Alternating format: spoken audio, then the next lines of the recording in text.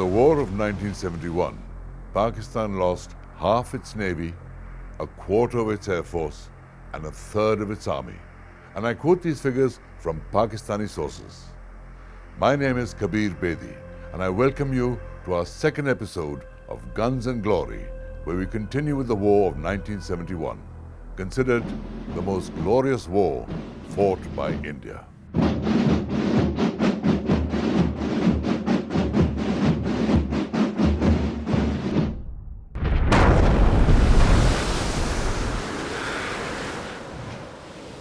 When war was declared between the two countries, PNS Ghazi, the most advanced submarine in the Pakistani Navy, was stealthily laying mines at the entrance to Visakhapatnam harbour.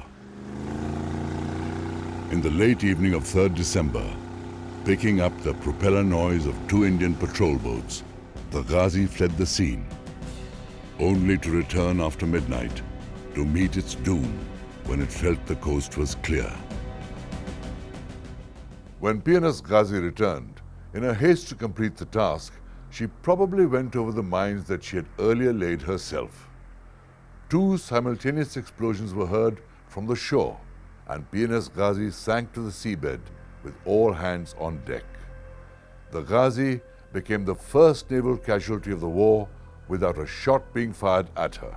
After Ghazi sank, they could not supplement from west because we had inflicted enough damage to their fleet in west. Unlike all previous wars since independence, this one in 1971 saw naval guns boom in anger on both sides of the subcontinent, and the Indian Navy came out very decisively on top. The most daring attack carried out by the Indian Navy was executed on the 4th of December, 1971, when 3 Indian gunboats sped towards Karachi harbour, each carrying 4 Styx missiles on board. Pakistan's naval headquarters was based at the historic and strategic port of Karachi, and it was here that almost their entire fleet was concentrated. Karachi was Pakistan's main port for foreign trade, and a blockade of the harbour during the war had to be avoided at any cost. So Karachi was very well guarded, both at sea as well as from the air, with 2 airfields in close proximity. That was the main support base for Bangladesh. That means all kinds of food items, military equipment, supplies, they used to go from Karachi to Chittagong. The plan to strike Karachi had been plotted in detail and well in advance. It was already night when war was declared on the 3rd, and the Indian attack took place on the 4th. 3 missile boats were towed to a point south of Karachi harbour from where they were to launch their attack. From that point on, communications were to be in Russian that the Indians spoke to confuse Pakistani eavesdroppers.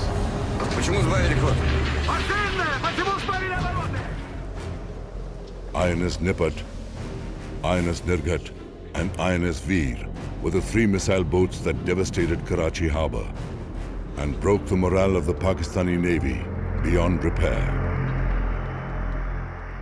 The orders were that once we are 60 miles south of Karachi, at that time the missile boats will enter that zone and carry out the attack. Operation Trident began on the afternoon of 4th December, when 3 missile boats, named the Killer Squadron, began their northward run towards Karachi.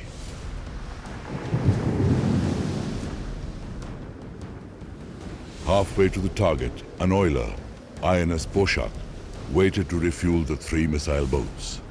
A 4th missile boat, INS Vidyut, followed at a safe distance and was to be used in case of a Pakistani counterattack. 70 miles south of Karachi harbour, the first target was located. Pakistani destroyer Khyber was on patrol duty, but did not detect the low-lying missile boats bearing down on Karachi. At 22:45 hours Pakistan time, the first missile fired by the Indian Navy's Nirghat struck PNS Khyber. The moment we locked on, I pressed the button and the missile took off. And it was about, I think at that time, about 17.5 to 18 nautical mile away from us. The missile went and suddenly there was a big flash right ahead of us. That means the missile had hit. Khyber sent out an emergency transmission saying it had been attacked by enemy aircraft. At 22:49 hours, the second missile, fired by INS Nirghat, struck Khyber. When the second missile went off, it hit the target right in the center and it broke it into two pieces like this, right? It went off like this. Earlier it was a one single echo, it became two echoes. And within minutes, the Pakistani warship had dropped off the radar as it entered its grave in the Arabian Sea.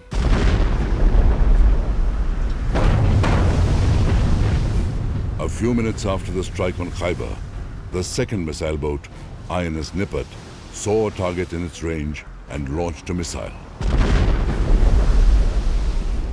When this missile struck its target, merchant ship Venus Challenger, 26 miles south of Karachi, a huge explosion took place on board.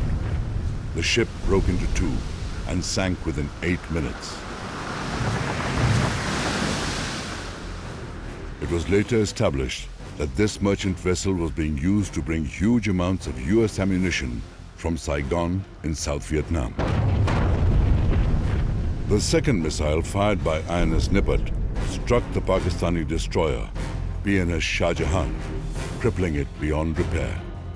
Ship called, another battle destroyer called Shah Jahan, so she was damaged, right, and not sunk. The third missile boat was fast approaching Karachi. About 30 miles from the harbour, it saw the minesweeper PNS Muhafiz in range and fired a missile at it. At 23:05 Pakistan time, the Indian Styx missile struck Muhafiz and destroyed it. The minesweeper didn't even get time to send out a distress signal. Detecting no other floating targets, the Indian missile boats now sped on towards Karachi. 14 miles out at sea, INS Nipat, for the first time in history, fired a ship-to-ship missile at a shore target.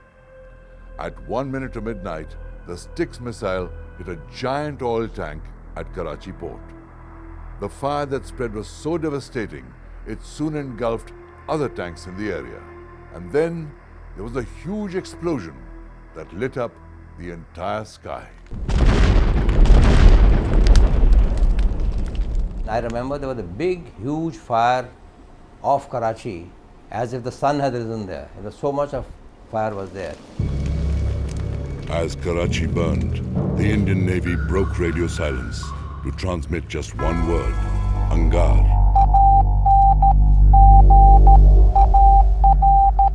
The code word to tell Naval Headquarters that Operation Trident had been carried out successfully.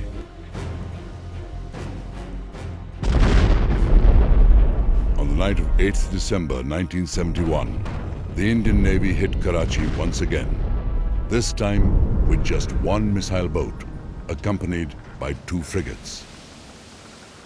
Many ships of the Pakistan Navy, as well as merchant ships of various nationalities, were huddled in the harbour, afraid to venture out to sea.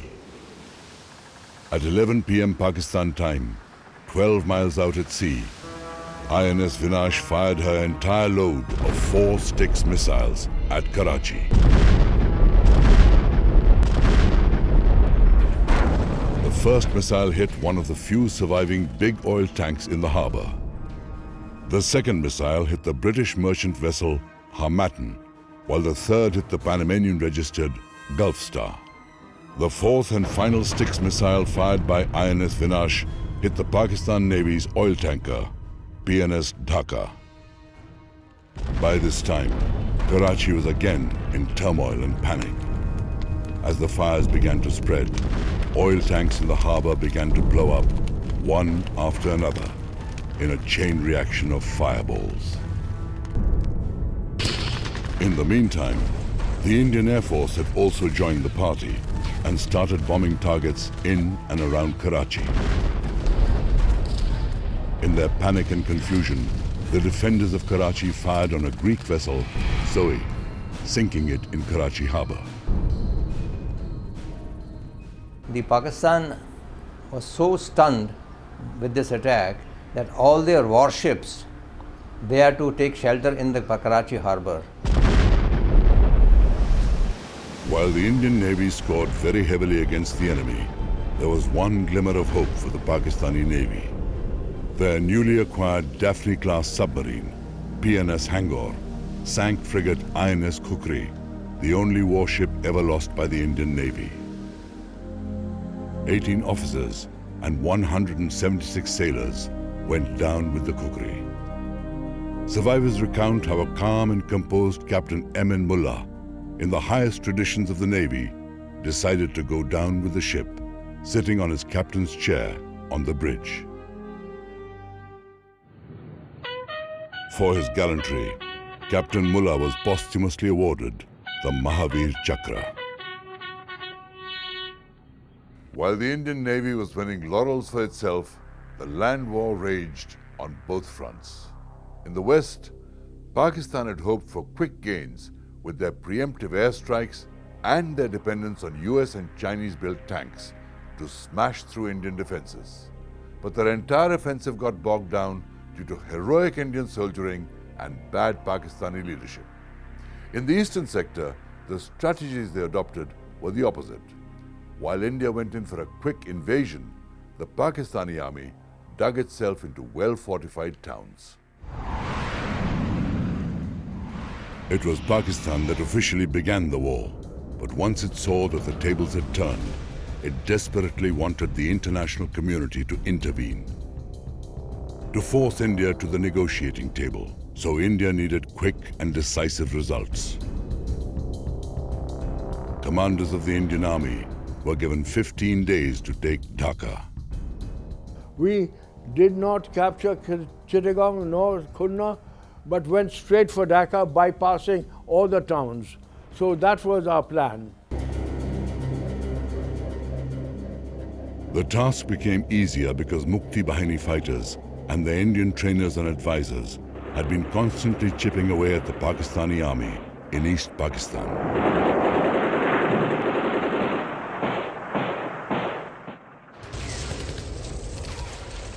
The Border Security Force, the BSF, played a major role in the 1971 Indo-Pak War.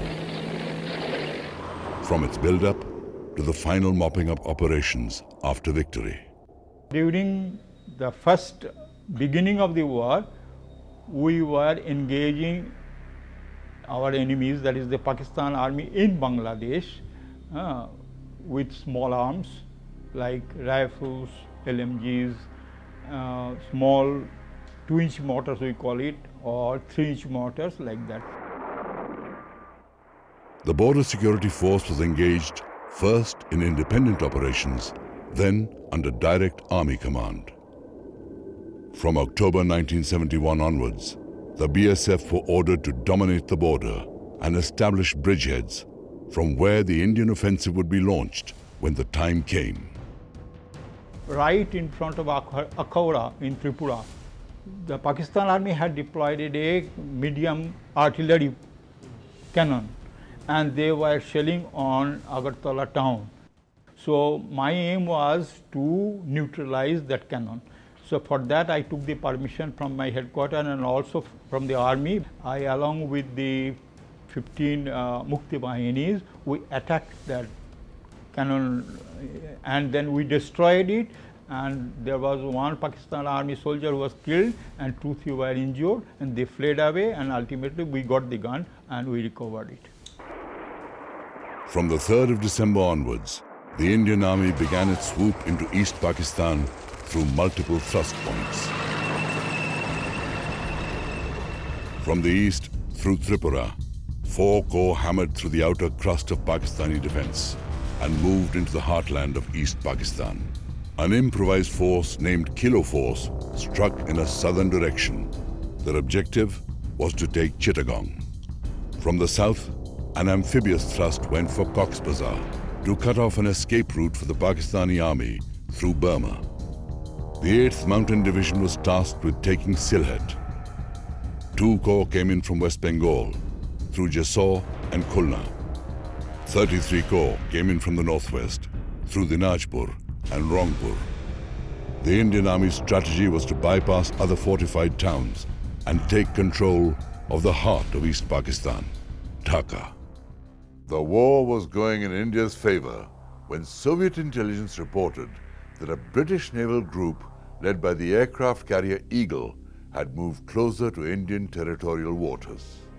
Earlier, Indian intelligence had intercepted an American message indicating that the US 7th Fleet was steaming into the war zone. India did not panic. In 1970, it had signed a treaty with the Soviet Union.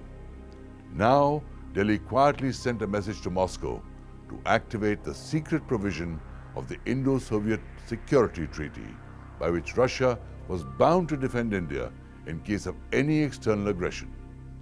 In an interview to a Russian TV program after his retirement, Admiral Khlyakov, who commanded the Pacific Fleet from 1970 to 1975, said that Moscow had ordered Russian ships to prevent American and British ships from getting close to Indian military objects. When the war began, India's only aircraft carrier, the refitted Second World War vintage INS Vikrant, was undergoing maintenance. It was quickly repaired and pushed into active duty. Based out of the Andamans, the INS Vikrant task force, made up of the aircraft carrier and 3 frigates, was deployed in the Bay of Bengal. Their directive was to establish a zone of command, so there was no outside interference to the war in East Pakistan.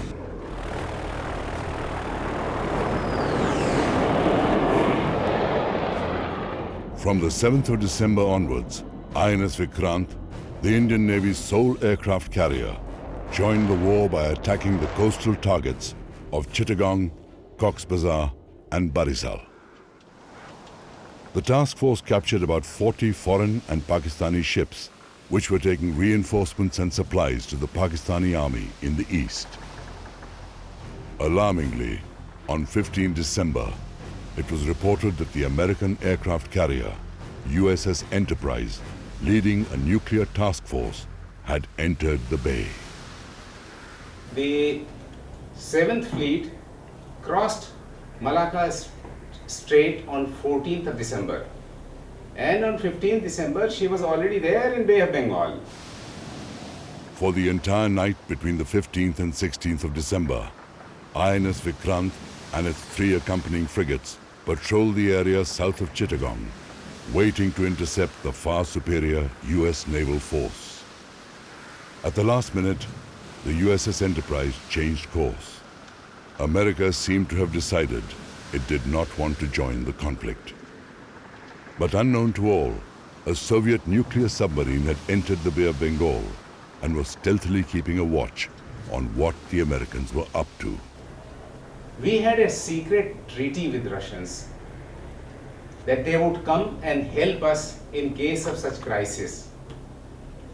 So their submarine fleet was already operating in Bay of Bengal in large number, and the Russians gave some indication that we are already there, friend. That is the time the Americans, their gun diplomacy failed and they went back from there. On 11th December, a para-battalion was airdropped at Tangail, near Dhaka, in daylight. The unit was flown in by waves of IAF transport aircraft in full view of those on the ground. The Indians were mobbed by the local population, who went wild with jubilation.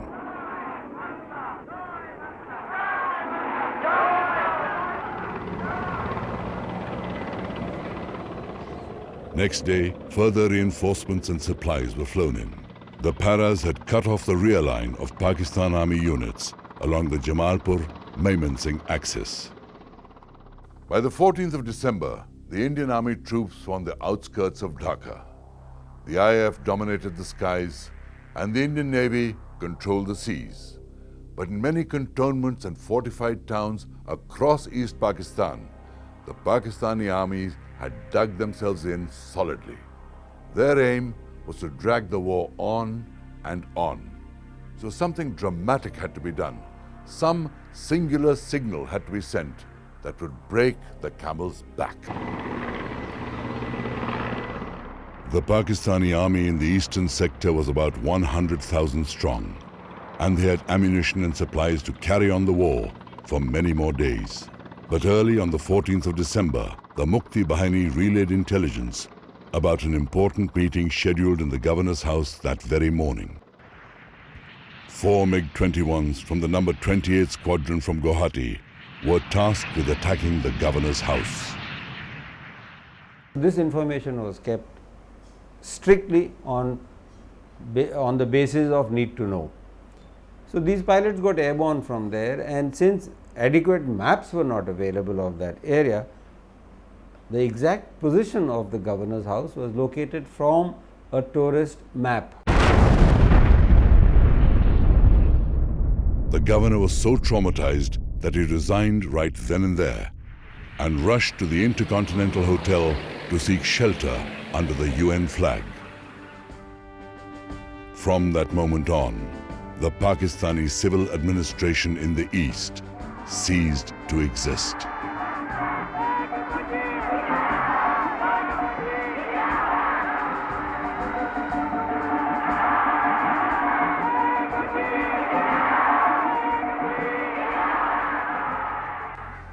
On 14th December itself, General Niazi sent word to Pakistan's American friends that his Eastern Army was ready to surrender. But Washington sat on that message for 19 hours before passing on the message to the Indians. Why they did that is for them to answer. But the fact is that on 16 December 1971, the guns finally fell silent. The Indian Army had forced the surrender of 93,000 Pakistanis, given birth to the new nation of Bangladesh, and walked away with glory. Next week, we will chronicle the tales of another war, another glory. Till then, this is Kabir Bedi saying goodbye on Guns and Glory.